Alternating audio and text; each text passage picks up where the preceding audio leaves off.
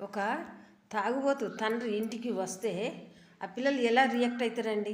సాయంత్రం అయ్యేటప్పటికి భయపడుతూ ఉంటారు. సాయంత్రం అవుతుంటేనే వాళ్ళు ఒకలాంటి భయానికి గురైపోతారు.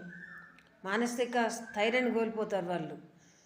తండ్రి ఏ పరిస్థితిలో వస్తాడో, ఎలా తాగుతాడో, ఏమంటాడో, ఎక్కడ గొడవ పెట్టుకుంటాడో, ఇలాంటివన్నీ ఆలోచిస్తూనే ఉంటారు పిల్లలు.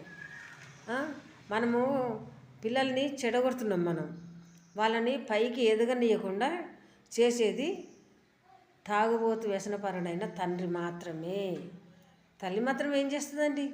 తాగి ఇంటికి వచ్చి భార్యతో గొడవ పెట్టుకుంటే పిల్లలు చూస్తూ ఊరుకుంటారు. పిల్లల ఏమీ అనలేరు. అది ఇల్లు.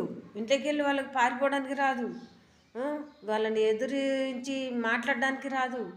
చిన్నపిల్లలు భయపడుతూ ఉంటారు. వాళ్ళకి మానసిక స్థైర్యాన్ని కోల్పోతారండి. అసలు ఎదుగుదల అన్నదే పిల్లల్లో లేకుండా పోతుంది. ఈ తాగుబోతు భర్తలు ఉంటే టైంకి పిల్లలకి ఏం తెస్తారో, ఏం తేరో, ఫీజులు కట్టరో.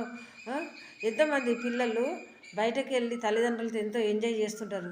ఆ దృశ్యాలు పిల్లలు చూసినప్పుడు ఎంత మానసిక క్షోభకి గురవుతారో ఒక్కసారైనా మీరు గమనించిర్రా?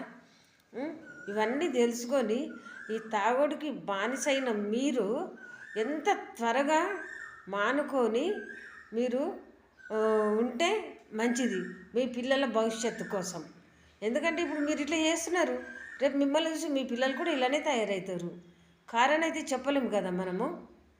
అందుకని తాగిన వాళ్ళు, తాగుడు బానిసైన వాళ్ళు తాగుడు మానుకోవడానికే ప్రయత్నం చెయ్యండి. పిల్లల కోసం, నీ భార్య కోసం.